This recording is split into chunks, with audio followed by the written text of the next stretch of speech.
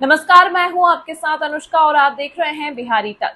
अररिया में दवा कारोबारी दीपक भगत की हत्या को लेकर पूर्णिया सांसद पप्पू यादव ने इसे जेल से रची गई साजिश बताया है। सोमवार रात उन्होंने मृतक के परिजनों से मुलाकात की और अपराधियों की जल्द गिरफ्तारी की मांग की। पप्पू यादव ने कहा कि यह हत्या व्यापारियों में आतंक और दहशत फैलाने के उद्देश्य से की गई है ताकि उनसे वसूली की जा सके। उन्होंने दावा किया कि इस हत्याकांड का तार जेल से जुड़ा हुआ है।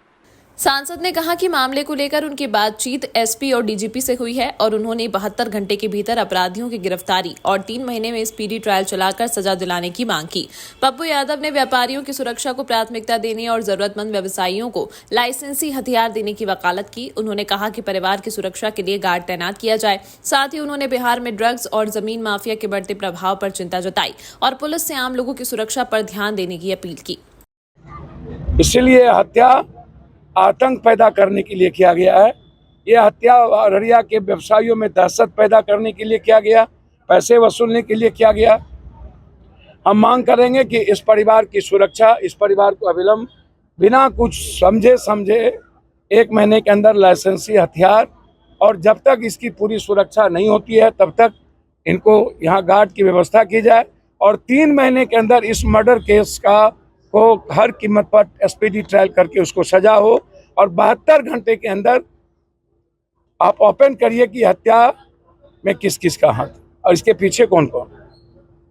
मैं तो कह रहा हूं कि यदि हिम्मत है सरकार को तो ड्रग्स रोक करके देखे, यदि हिम्मत है सरकार को तो आप पूरा का पूरा जमीन माफिया के आगोश में हाथ में पूरा शहर होता है और हर शहर में हत्या का सबसे बड़ा कारण जमीन है और दूसरा कारण है शराब और तस्करी। चौथा कारण अपराधियों का आतंक। तो मैं तो सीधा कहूंगा कि ये सीधा कनेक्शन जेल से है। जेल से फरमान आता है, व्यवसायियों को आतंक पैदा किया जाता है और पैसे वसूले जाते हैं। हर कीमत पर एसपीडी ट्रायल करके उसकी जेल में ऐसे अपराधी को तुरंत सजा किया जाए। आखिर इनको हम दुल्हा के तरह पोसते क्यों हैं? इनको सजा करके कहीं बाहर क्यों नहीं भेजते हैं या फांसी की सजा क्यों नहीं देते हैं या ऐसे हत्यारों को शमशान में क्यों नहीं भेजते हैं? ऐसे हत्यारों को जिंदा क्यों रखते हैं? आम आदमी के जीवन सुरक्षित नहीं रहने के लिए या उसकी खुशियां छीनने के लिए?